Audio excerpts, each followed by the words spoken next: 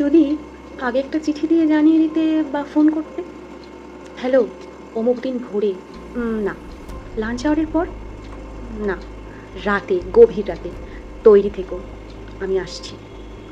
সব কিছু গুছিয়ে পছন্দের জামা জুতো পরে পছন্দের পারফিউমটা মেরে ঠিক বেরিয়ে পড়তাম। বিদায়ের আগে প্রিয় মানুষের মুখটা দু চোখ ভরে দেখে নিতাম।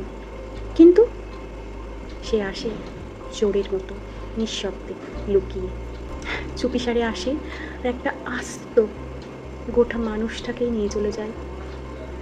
একটু আগে ভাগে জানিয়ে দিলে কি হয় শুনি? এই যে লোকটা এখন ফেসবুক ঘাঁটছে, এই যদি শোনে যে এই পোস্টটা করার সঙ্গে সঙ্গেই তোমার মৃত্যু অবধারিত, তাহলে সে লোকটা কি আর এই পোস্টটা করবে? সে তক্ষুনি ফেসবুক বন্ধ করে ফোনটা নিজের থেকে কয়েক মাইল দূরে ছুঁড়ে ফেলে দেবে। বা যে ছেলেটা গরম গরম ডাল ভাত মাছ ভাজা খেয়ে স্কুলে বেরোচ্ছে, আর আর একখানি মাছ মা কড়া থেকে তুলে রেখে দিচ্ছে যাতে স্কুল থেকে ফিরে সেই মাছটা সে খেতে পারে। কিন্তু স্কুল ইউনিফর্ম পরে কাঁধে ব্যাগ নিয়ে রাস্তায় বেরোনোর পর ওই বড় লরিটা, মা যদি জানতো তাহলে কি আর মাছ ভাজাটা তুলে রেখে দিত?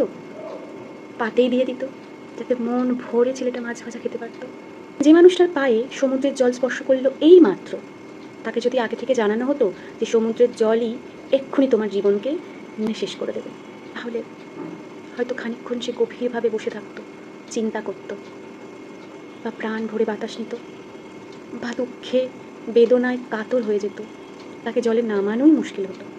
যদি জলে না নামতে চায় তাহলে তার নিয়তির লেখা যে ভুল হয়ে যাবে, তখন সে দায়িত্ব কে নেবে?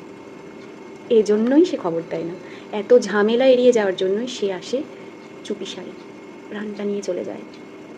আচ্ছা, আগে খবর না দিই, কিন্তু নিয়ে চলে যাওয়ার পরও যদি আপন মানুষটার সাথে একবার দেখা হতো, ওপারের জগৎটাই সেইটুকু আশ্বাস আর কেউ দিতে পারে না, সেটুকুও বলা যায় না। শুধুই নিতে আসে প্রাণ, ভালোবাসা, নির্ভরতা, আশ্রয়, বিশ্বাস, ভরসা, সবটুকু নিয়ে যায়। দিয়ে যায় শোক, যাতনা।